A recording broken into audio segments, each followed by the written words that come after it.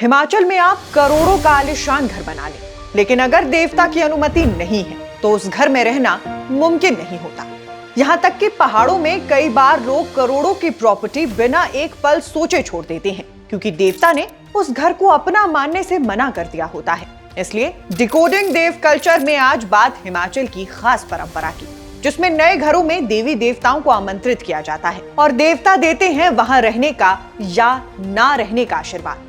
हमारे पहाड़ों में घर सिर्फ ईंट, सीमेंट या पैसा नहीं होता। यहाँ माना जाता है कि भूमि और जल पर सबसे पहला अधिकार देवी देवताओं का होता है।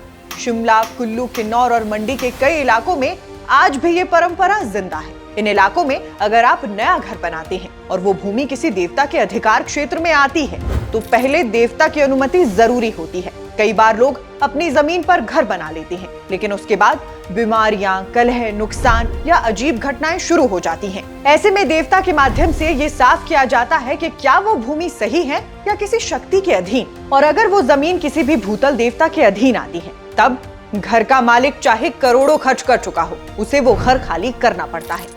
और कभी कारण भूमि देवता के क्षेत्र का होता है, कभी माना जाता है कि उस जगह पर कोई गलत शक्ति या अशुद्धता है, और कई बार डिस्प्यूटेड जमीन पर देवता खुद फैसला सुना देते हैं कि यहाँ नहीं रहना है। और बड़ी बात यह है कि देवता का आदेश यहाँ कानून से ऊपर माना जाता है। घर का मालिक बिना सवाल किए उस फैसले को मान लेता है। कभी पूजा, अनुष्ठान और क्षमा याचना के बाद देवता घर वापसी की अनुमति दे देते हैं, और कभी लोग उस संपत्ति को हमेशा के लिए छोड़ देते हैं, क्योंकि पहाड़ों में विश्वास ये है कि जिस घर पर देवता का आशीर्वाद नहीं, उस घर में कभी सुख, शांति और समृद्धि नहीं आती। हिमाचल के लगभग हर गांव में एक अधिष्ठाता देवता, ग्राम देवता या कुल देवता होता है। उन्हें सिर्फ पूजा का प्रतीक नहीं बल्कि भूमि का रक्षक, राजा और मार्गदर्शक माना जाता है। इसलिए घर से पहले लोग देवता की सहमति या उनके आशीर्वाद को चुनते हैं। कई जगहों पर नए घर के निर्माण से पहले ही देवता से अनुमति ली जाती है, या फिर घर बन जाने के बाद देवता को विधिवत घर में आमंत्रित किया जाता है।